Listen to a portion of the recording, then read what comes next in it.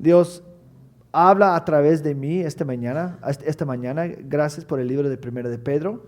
Ayúdanos a glorificarte en escuchar y también en predicar. En nombre de Cristo Jesús. Amén. Ok, otra vez, Primera de Pedro capítulo 1. Pero esta mañana vamos a estar en versículos 3 a 5 en la próxima sección de la carta. Y como un recordatorio, Pedro está escribiendo a cristianos que están sufriendo en ese momento o que van a sufrir en el futuro. Y realmente esos son todos de nosotros también. Estamos sufriendo en ese momento o vamos a estar sufriendo en el futuro. Equiparles sufrir bien. Eso es importante porque ustedes necesitan saber, esta iglesia no es como muchas iglesias aquí en Cali. Santi y yo, como los pastores, no estamos preocupados que ustedes nunca sufren.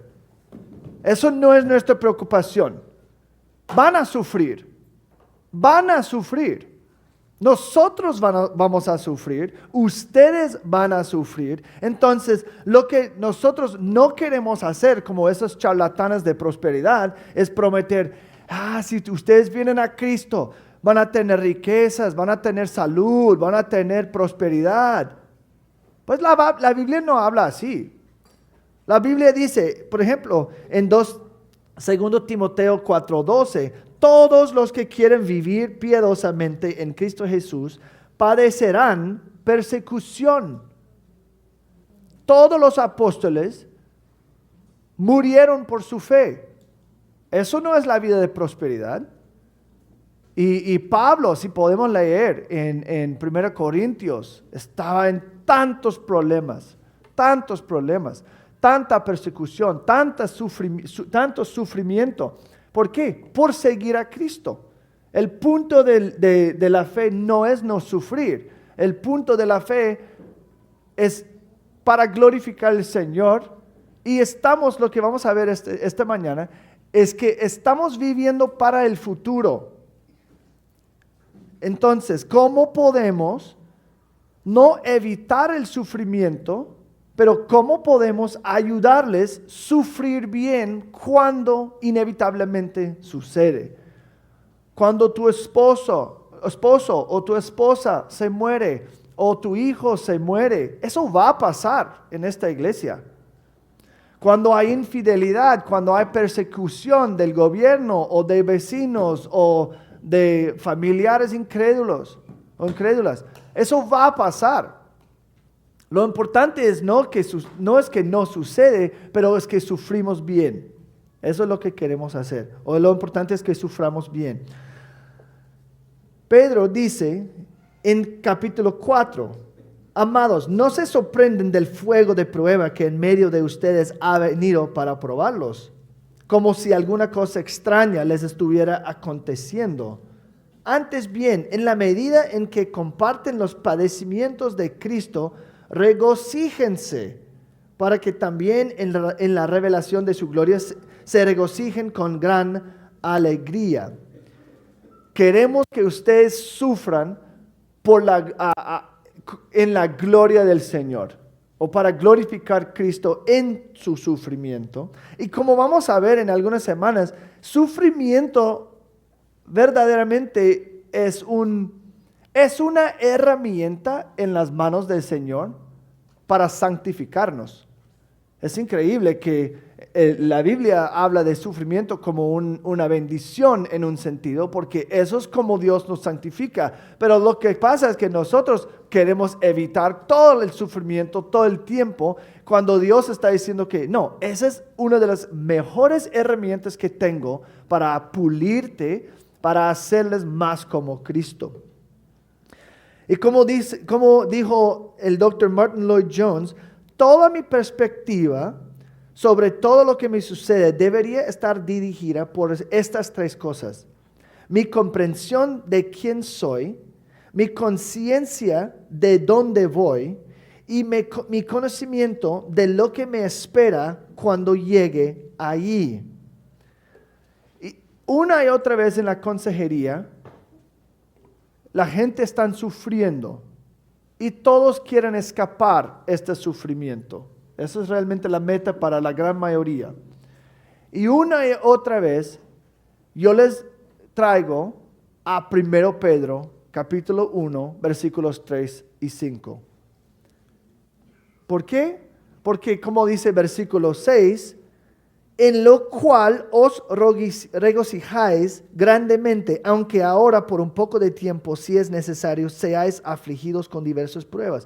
Entonces, versículo 6 está mirando para atrás, está diciendo que es posible no solamente perseverar en el sufrimiento, es posible regocijar en el sufrimiento, es posible glorificar al Señor en el sufrimiento. ¿Y cómo pueden hacer eso? Que parece imposible, versículos 3 a 5 va a decirnos.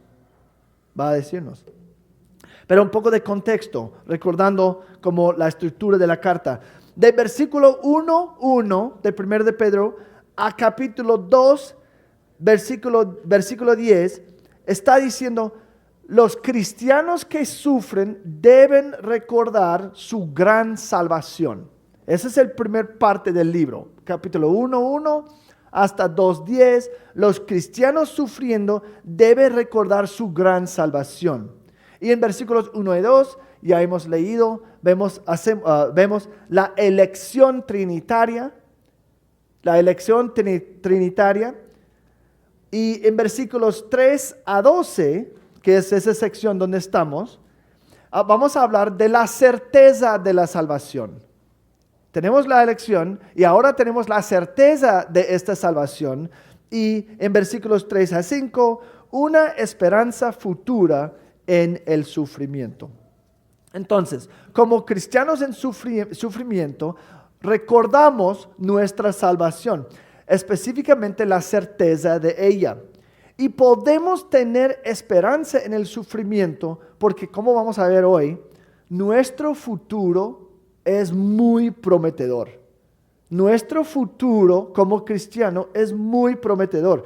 Y como los hijos elegidos de Dios, nosotros tenemos una herencia futura. Entonces, vamos a comenzar hoy con varios puntos, varios aspectos de esta herencia. Número 1, el origen de esa herencia. Número 2, el fundamento de esa herencia. Número 3, la entrada a esa herencia. Y yo espero que la próxima semana, la naturaleza de la herencia y la seguridad de esa herencia. No tienen que recordar eso porque vamos a cubrir cada parte.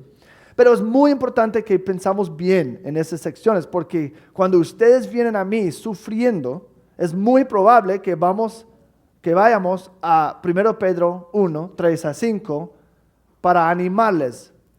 Necesitamos tener una teología correcta acerca del sufrimiento. Y muchos de ustedes van a tener que olvidar todo lo que han aprendido en el pasado de las iglesias de prosperidad acerca del sufrimiento. Porque eso va a ser un estorbo tremendo cuando viene el sufrimiento inevitable.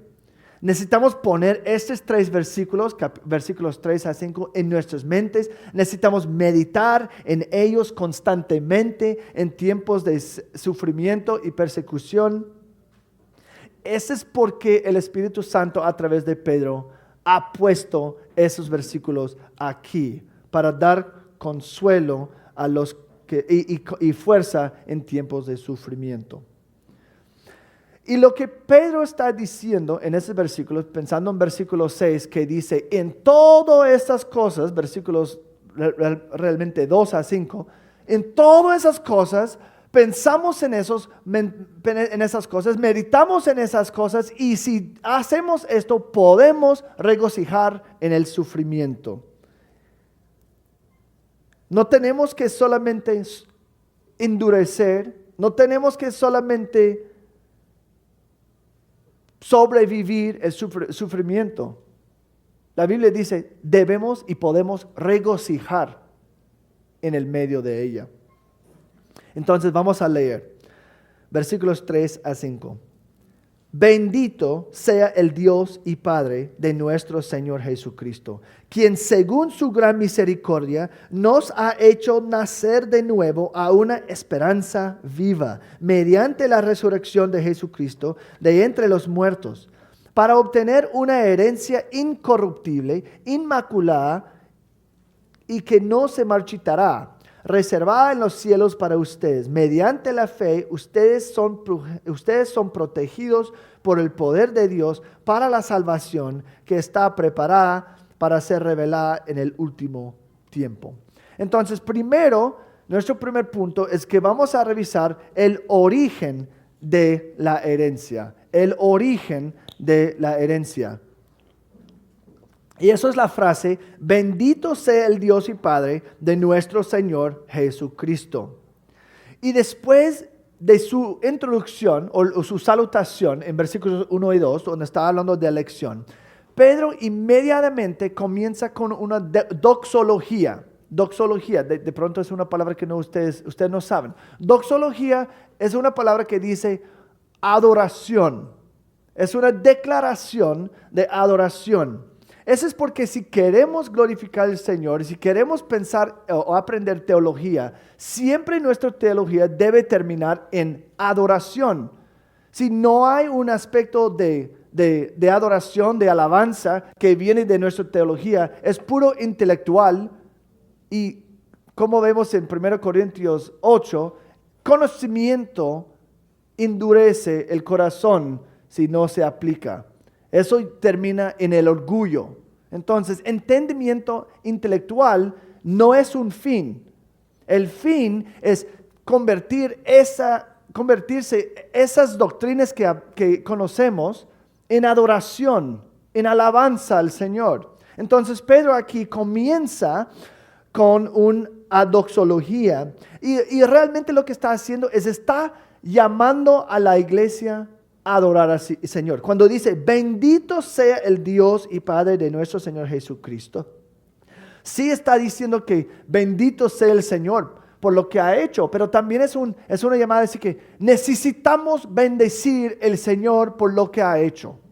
Necesitamos hacerlo. Pero es importante aquí, Dios no necesita nuestra alabanza. Dios no necesita nuestra adoración. Piensa bien, si Dios necesita mi adoración, ya no es Dios, porque necesita algo. No, Dios está completamente bendecido en sí mismo. Está completamente glorificado en sí mismo en la Trinidad. Cuando estamos hablando de bendecir a Dios, nuestra adoración no se causa sentirse mejor. Él no está como, estaba como un poco triste, ahora mi pueblo está adorándome, me siento mejor. No, él no es como nosotros. Él está completamente contento sin nada. Entonces, ¿por qué tenemos que bendecirle? Porque esta oración y alabanza es para nosotros. Es bueno para nosotros recordar quién es el Señor. Es bueno para nosotros danos fuerza a recordar quién es Él y qué ha hecho para nosotros.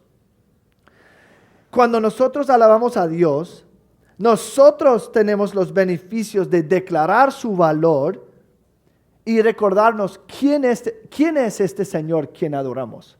¿Quién es este Señor quien seguimos? Y también Pedro está diciendo que necesitamos alabar al Señor porque la alabanza es un remedio poderoso en contra un remedio poderoso para el sufrimiento.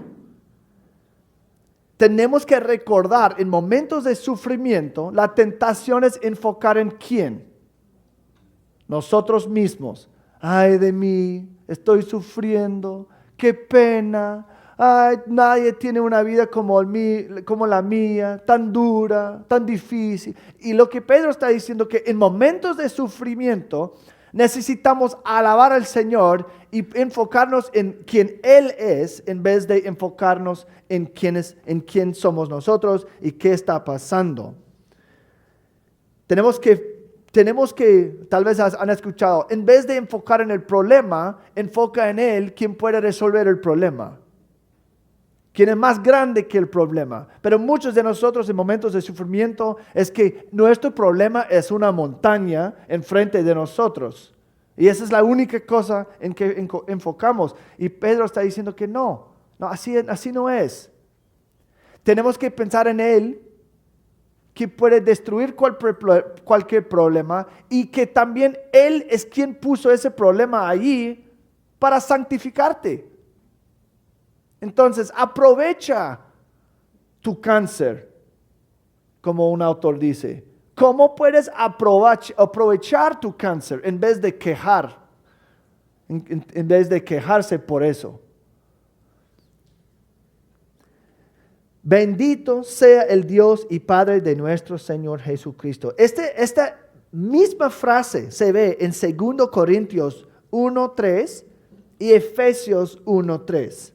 Pero en cada caso que use esta frase, incluso en el Antiguo Testamento, cuando dice de nuestro Señor Jesucristo, eso es algo, esta frase, bendito sea el Dios y Padre de nuestro Señor Jesucristo, es muy parecido de alguien que dijeron en el Antiguo Testamento. La única cosa diferente es que dice de nuestro Señor Jesucristo, que es muy particularmente del nuevo pacto. Pues claro, Abraham no estaba diciendo de nuestro Señor Jesucristo, porque Cristo no había venido todavía.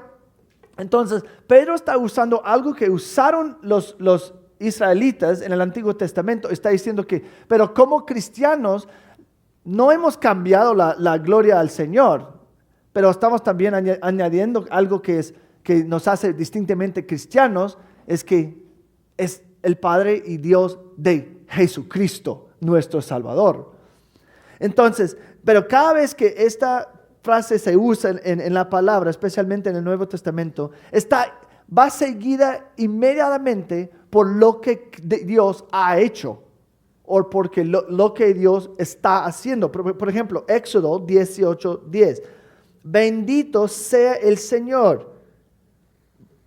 Declaración: que nos libró de la mano de los egipcios y de la mano de Faraón, y que libró al pueblo del poder de los egipcios. Gloria al Señor. ¿Por qué? Porque lo que ha hecho. Y recordamos lo que ha hecho y recordamos en el medio de los problemas que tenemos. Efesios 1:2. Bendita sea el Dios y Padre de nuestro Señor Jesucristo. Versículo 3, que nos ha bendecido con toda bendición espiritual en los lugares celestiales en Cristo. Otra bendición que está seguida por una declaración. ¿Por qué estamos bendiciendo al Señor? Porque lo ha hecho para nosotros. 2 Corintios 1:3, bendito sea el Dios y Padre de nuestro Señor Jesucristo, Padre de misericordias y Dios de toda consolación, el cual nos consuela en todas nuestras tribulaciones. Hay muchas maneras y muchas razones por que debemos bendecir al Señor, pero aquí es porque vamos a bendecir el Padre y Dios y Padre de Señor Jesucristo en este pasaje, porque nos ha hecho nacer de nuevo. Por eso es en 1 de Pedro, eso es la fuente de nuestra alabanza, porque Él nos ha hecho hacer de nuevo. Y esta frase está diciendo que Dios es el Padre de Cristo. Y en llamarlo su Padre, esa es una manera de decirnos que Jesús es Dios. Tal vez para nosotros no pensamos así, porque cuando pensamos en la palabra Padre, no pensamos que el Padre y el Hijo iguales, no. Pero en la Biblia, en esa época, cuando ellos dijeron que yo soy el Hijo de Dios, Dios es mi Padre, los judíos querían matar a Jesús porque ellos dijeron que estás diciendo que eres Dios. Eso fue una conexión que hicieron. Y eso es en Juan 10:30, cuando Jesús dice, yo y el Padre somos uno. Somos uno. Cuando dice que Dios es su Padre, está diciendo que y eso significa que soy Dios. Soy Dios. Y es en esa frase, Señor Jesucristo, eso es importante. Señor Jesucristo no es su primer nombre, segundo nombre, primer apellido, segundo apellido, como aquí tenemos en Colombia. Que nunca recuerdo nada de los nombres menos uno, pero la gente sigue, mi nombre es César Chávez, Alexander Rodríguez, Jaime, pues, pero ¿qué te llamo? Oh, César. Ah, bueno, ok.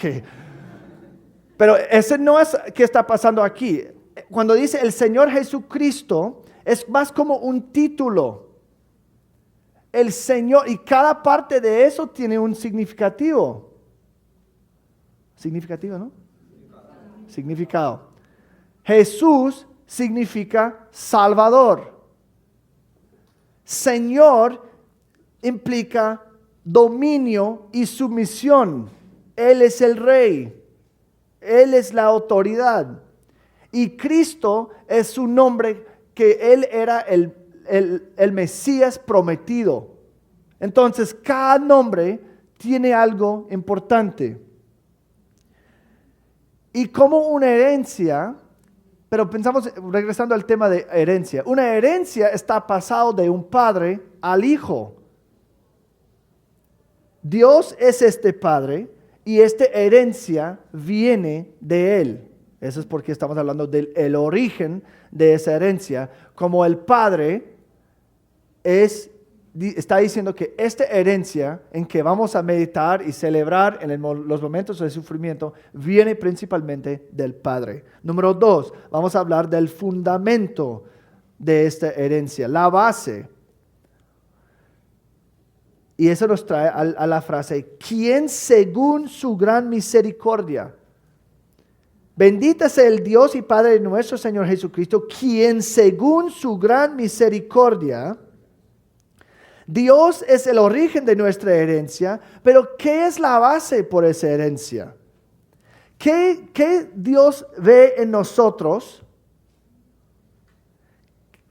que le guía a concedernos esa herencia o para proporcionarnos esa herencia? ¿Por qué Dios lo hace?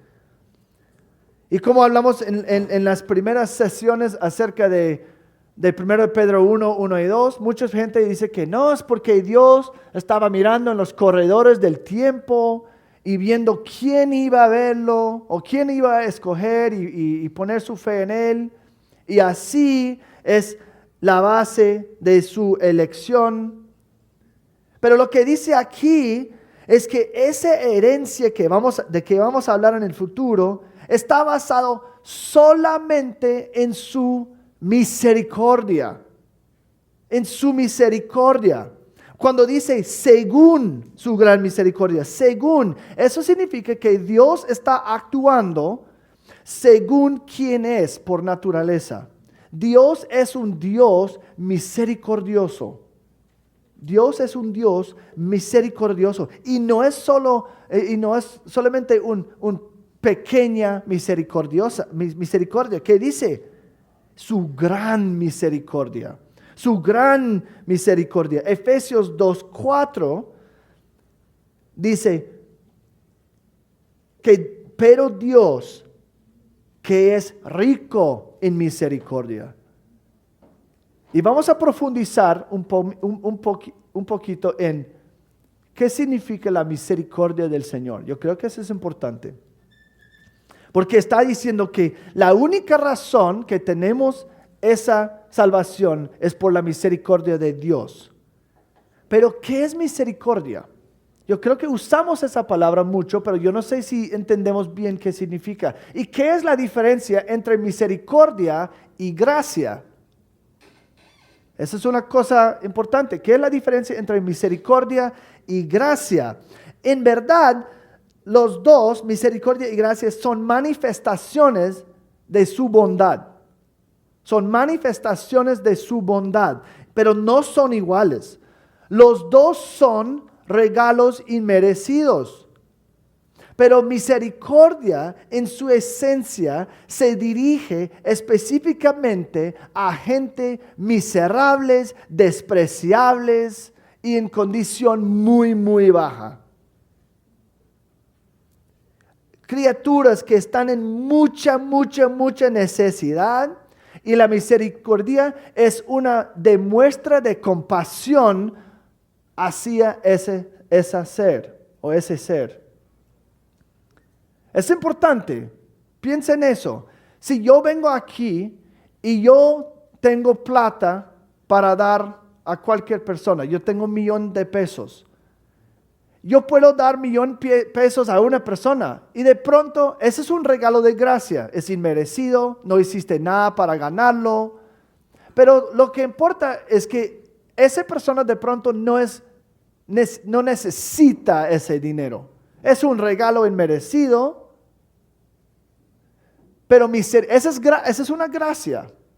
Pero misericordia es cuando yo veo a una persona en la calle que está literalmente muriendo de hambre y yo digo, yo estoy movido por compasión y regalo $1,000,000 a esa persona. Todavía es gracia, pero por la situación despreciable de esa persona es una misericordia. Estoy teniendo misericordia en esa criatura tan baja, tan despreciable, tan miserable.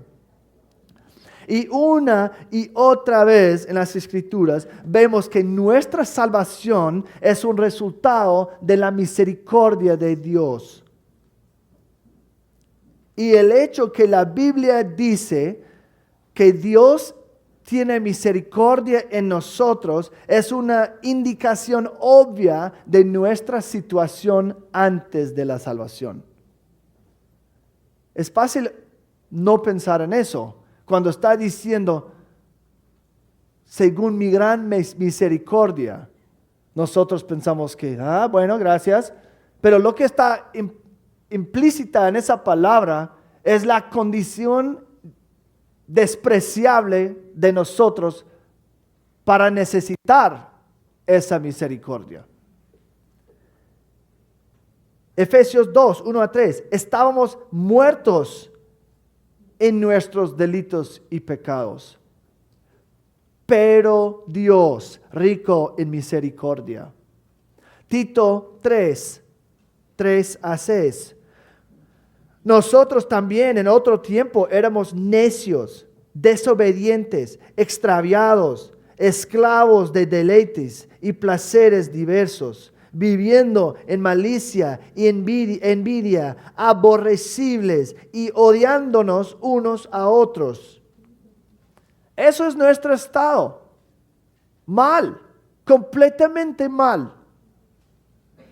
Pero dice, pero cuando se manifestó la bondad de Dios nuestro Salvador y su amor hacia la humanidad, Él nos salvó, no por las obras de justicia que nosotros hubiéramos hecho, sino conforme a su ¿qué? A su misericordia. Por medio del lavamiento de la regeneración y la renovación por el Espíritu Santo, quien Él derramó sobre nosotros abundantemente por medio de Jesucristo nuestro Salvador. Colosenses 1, 21-22. Y aunque ustedes antes estaban alejados y eran de ánimo hostil, ocupados en malas obras, eso es nuestro estado, muy mal, despreciable. Sin embargo, ahora Dios los ha reconciliado en Cristo en su cuerpo de carne mediante su muerte. Eso es una misericordia. En otras partes de la palabra dice que éramos esclavos del pecado, sin esperanza de escapar, sin esperanza, sin deseo de escapar. Tan feo fue nuestra situación que ni siquiera queríamos escapar de nuestra esclavitud. Y de pronto hay algunos de ustedes que han visto a Dios como un tirano en el cielo, como un juez que deleite en destruir criaturas miserables, como un padre que está esperando castigar a su hijo. Y eso es importante porque hay mucha gente que tiene esa perspectiva de Dios, que Él está muy lejos, muy distante, juzgando todo. Mis hijos tontos, yo no puedo esperar hasta que erran porque yo puedo castigarles. Y mucha gente piensa así. Pero la palabra dice diferente de Dios. Dice que Dios es un Dios de misericordia. Dios es un Dios de misericordia. Éxodo 34, 6. Ese es cuando Abraham dice, o Moisés dice, yo quiero verte, Señor. Y el Señor viene para revelar quién es. Y dice, entonces pasó el Señor por delante de él y proclamó, el Señor, Dios compasivo y clemente, lento para la ira y abundante en misericordia y verdad. Primera Crónicas 16:34. Aclamad a Jehová porque Él es bueno, porque su misericordia es eterna. Y eso también nos dice que la salvación es de gracia y de misericordia. Eso significa que la salvación no puede ser por obras. No puede ser por obras. No hay nada que pueden hacer para ganar tu salvación.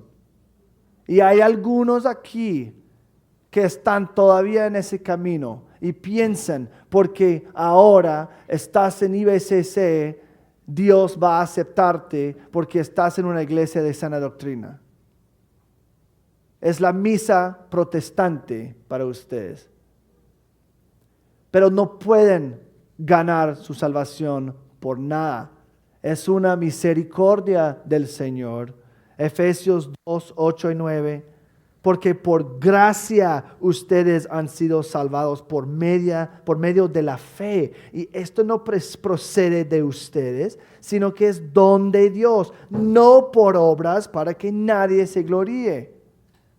Gálatas 2, 16, sabiendo que el hombre no es justificado por las obras de la ley, sino mediante la fe en Cristo Jesús. También nosotros hemos creído en Cristo Jesús para que seamos justificados por la fe en Cristo y no por las obras de la ley, puesto que por las obras de la ley nadie será justificado. 3 veces en el mismo versículo Pablo está diciendo que nunca, nunca, nunca te salvará tus obras.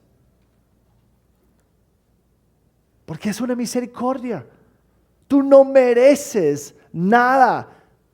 Tú mereces el juicio. Tú eres la criatura despreciable en tu pecado. Pero está diciendo que, ¿sabes qué? Yo vine para salvar criaturas despreciables y miserables. Y no tiene nada que ver contigo. Tiene todo que ver con quién es el Señor. Romanos 9, 15 a 16. Pues a Moisés dice, tendré misericordia del que yo tenga misericordia y me compadeceré del que yo me compadezca. Así que no depende del que quiere ni del que corre, sino de Dios que tiene misericordia. Es su misericordia, nada más. Y si ustedes están aquí y no eres un creyente verdadero, puedes correr hacia este Dios de misericordia y puedes encontrar su misericordia listo salvarte. Listo salvarte. En Salmo 51, David nos da un ejemplo de qué debemos hacer. Clamar al Señor para que Él nos dé su misericordia. Salmo 51, 1 y 2. Ten piedad de mí, oh Dios. conforme a tu misericordia, conforme a lo inmenso de tu compasión. Borra mis transgresiones, lávame por completo de mi maldad y limpia de mi pecado. He tenido personas en el pasado que me han preguntado, pero ¿cómo puedo ser salvo? Como el publicano en Lucas 18. Nos humillamos en nuestro pecado y decimos, Dios, en fe en quién eres tú y no quién soy yo, ten piedad de mí según o conforme tu misericordia. Si tú no eres misericordioso, estoy condenado. Entonces, pero yo creo que tú eres misericordioso. Entonces, por favor, muéstrame en acción esa misericordia hacia mí o hacia mí. Esa es la única esperanza que tenemos. Y en el Antiguo Testamento y el Nuevo Testamento los pecadores están animados, exhortados a arrepentirse y acudir a Dios. Él va a perdonar porque es un Dios de misericordia. Gloria a Dios. Bendito sea Dios, dice Pedro. Número 14:8 dice, el Señor es lento para la ira y abundante en misericordia, y perdona la iniquidad y la transgresión. Gloria al Señor. Y hay algunos de ustedes aquí que necesitan recordar que ese es un Dios de misericordia. Entonces tenemos el origen de nuestra herencia, quien es Dios. Tenemos el fundamento o la base de nuestra herencia, que es su misericordia. Pero ¿cómo recibimos? ¿Cómo recibimos esa herencia? Entonces, número 3, la entrada a la herencia. Seguimos con el pasaje. Según su gran misericordia, nos ha hecho nacer de nuevo a una esperanza viva mediante la resurrección de Jesucristo de entre los muertos. Nos ha hecho nacer de nuevo. Dios es el Padre que nos deja la herencia y Él lo hace a través de su misericordia. Pero el problema es que en nuestro pecado no somos hijos de Dios y no tenemos herencia. Entonces, ¿cómo nos convertimos en sus hijos? Porque queremos esa herencia, ¿no? La entrada a esta relación familiar nueva se produce a través del nuevo nacimiento. Se produce a través del nuevo nacimiento. Dice, Dios nos ha hecho nacer de nuevo. En Juan 3:3, Jesús está hablando con Nicodemo y dice, en verdad te digo que el que no nace de nuevo no puede ver el reino de Dios. Nota, Él no está diciendo, necesitas reformar tu vida. Necesitas arreglar tu vida. Necesitan ser la mejor versión de ti mismo. No. Dios no está buscando una versión reformada de ti o mejorada. Él está buscando una versión completamente nueva de ti. Y esa es una cosa que me molesta cuando está hablando de las cosas de estaba nacido homosexual. ¿Quién importa? Nazcan de nuevo. No importa, cualquiera de nosotros, y yo no estoy diciendo que es verdad, que la gente está nacido así, pero ese es un argumento tonto porque está diciendo que no, yo me nací en este pecado, entonces está bien, pero lo que está diciendo el Señor es que no, tenemos que nacer de nuevo. No está interesado en la versión antigua de ti. Eso es el problema. Nos ha hecho, dice, tú no puedes causarte nacer de nuevo, o tú no puedes hacerlo a ti mismo.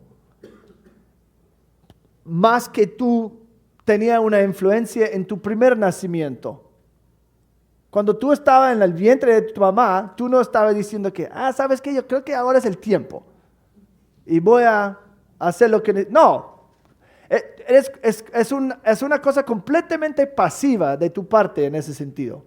Y no podemos tampoco hacernos nuevos, hacernos nacer de nuevo, tampoco por nuestras propias fuerzas. Dice, nos ha hecho Dios. Es una obra del Señor. Santiago 1:18. En el ejercicio de su voluntad, Él nos hizo nacer por la palabra de verdad. Y incluso en el mismo pasaje que estábamos leyendo antes de Juan 3:3, en algunos versículos después, versículos 7-8, Nicodemo, ¿cómo así? ¿Cómo puedo nacer de nuevo? Y Jesús dice, no te maravilles de que te dije, os es necesario nacer de nuevo. El viento sopla de donde quiere y oyes su sonido, mas ni sabes de dónde viene, ni a dónde va. Así es todo aquel que es nacido del Espíritu.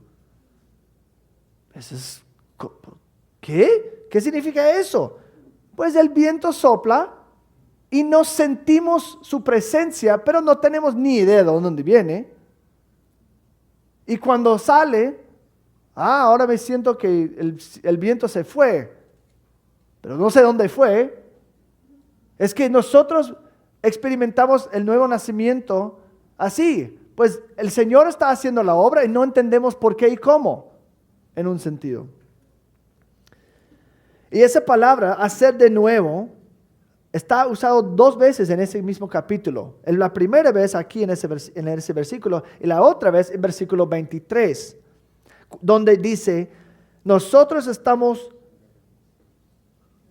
habéis nacido de nuevo, no de una simiente corruptible, sino de una que es incorruptible, es decir, mediante la palabra de Dios que vive y permanece.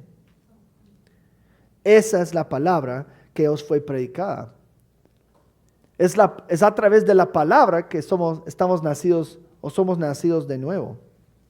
Y nota que Pedro no enfoque en el pasado, en el nuevo nacimiento en sí, pero en el futuro. Porque la meta, escucha bien, la meta de esta regeneración es una esperanza viva. Es decir, el nuevo nacimiento nos apunta a futuro prometedor, una realidad futura. Tenemos algunas cláusulas que modifican el nuevo nacimiento. Los resultados del nuevo nacimiento. Número 1, tenemos una nueva esperanza viva. Número 2, tenemos una herencia. Porque, ¿qué dice? Nos ha hecho nacer de nuevo a una esperanza viva. Y después, para obtener una herencia. Nacer de nuevo no es el fin en sí mismo o en sí. Entonces yo creo que con el tiempo que falta, yo creo que vamos a poder hablar de una esperanza viva.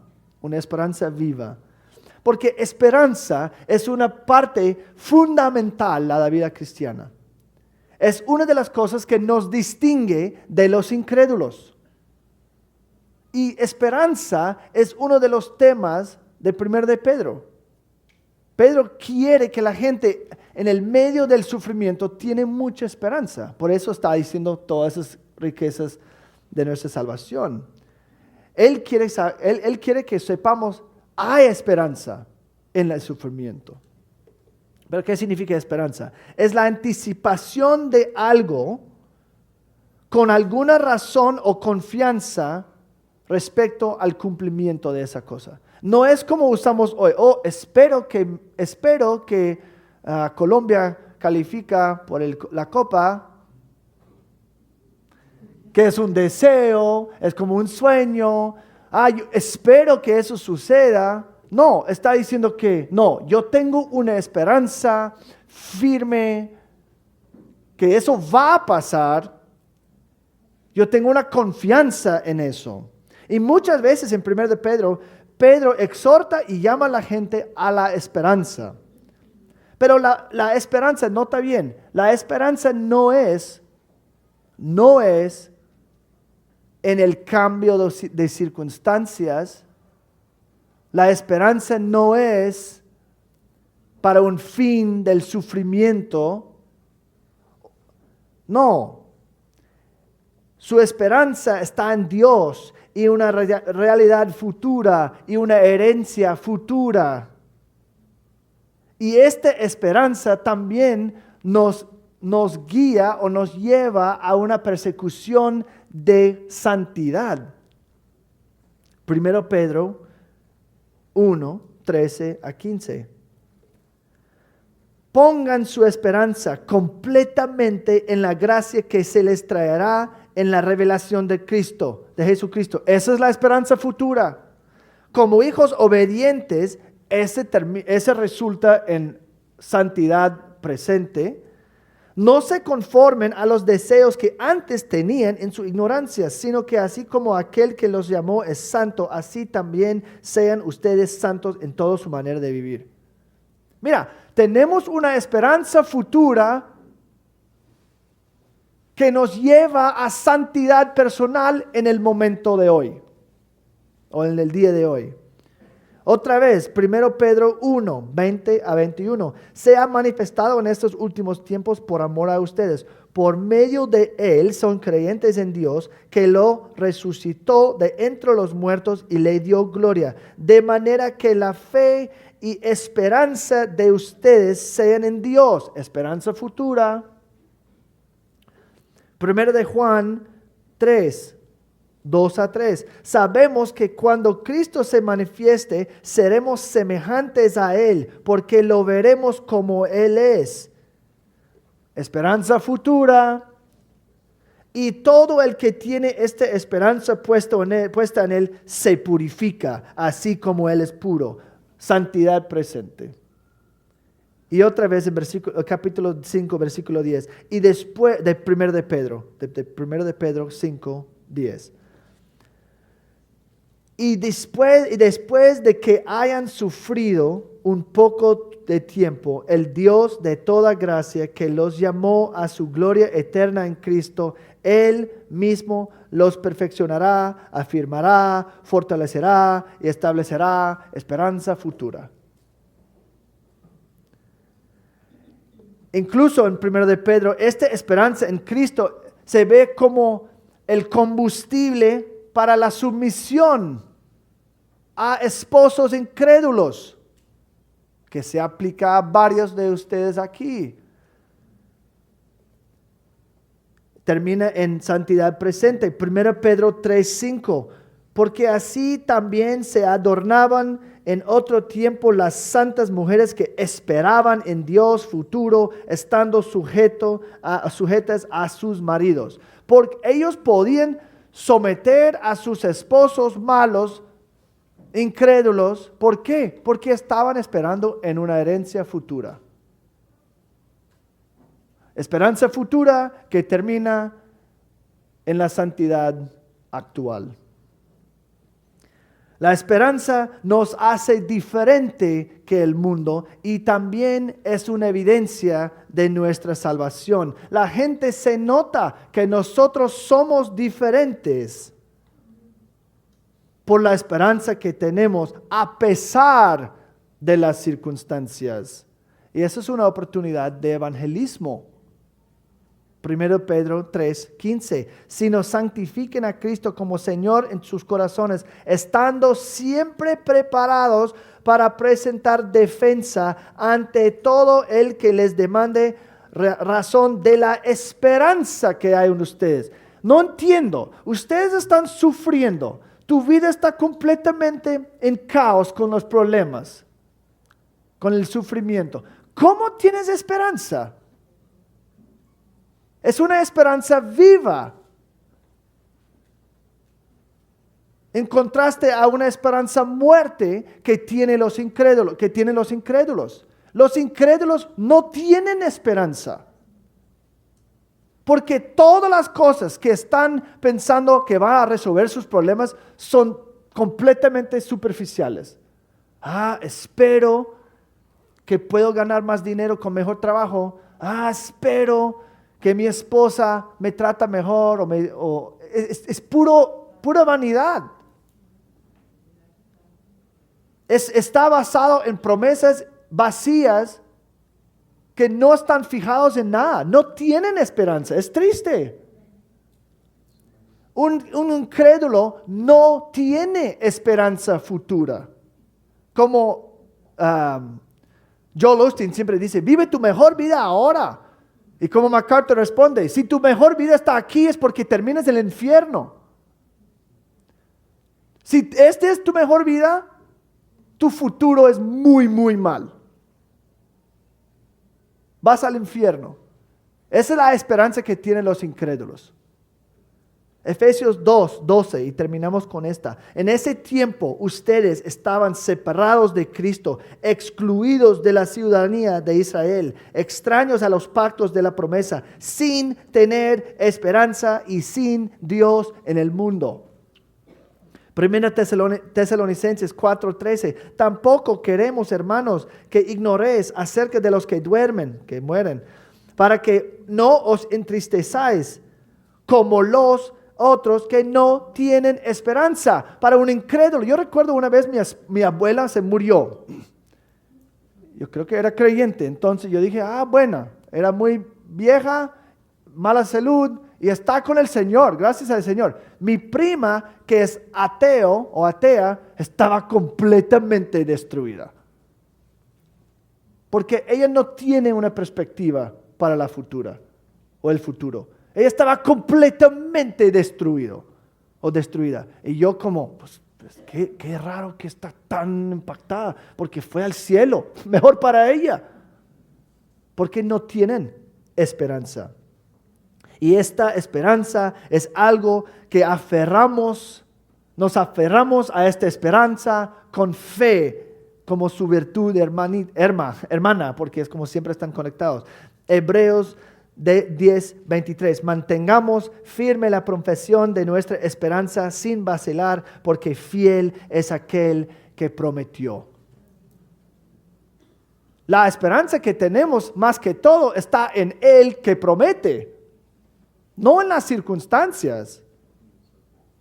Y la próxima semana no, yo creo que la semana después vamos a seguir aquí y hablar de la otra razón que tenemos esa esperanza viva, y no es una esperanza muerte, es que esa esperanza está en un Salvador vivo, mediante la resurrección de Jesucristo de entre los muertos. Pero por ahora no tenemos tiempo y continuamos la próxima semana.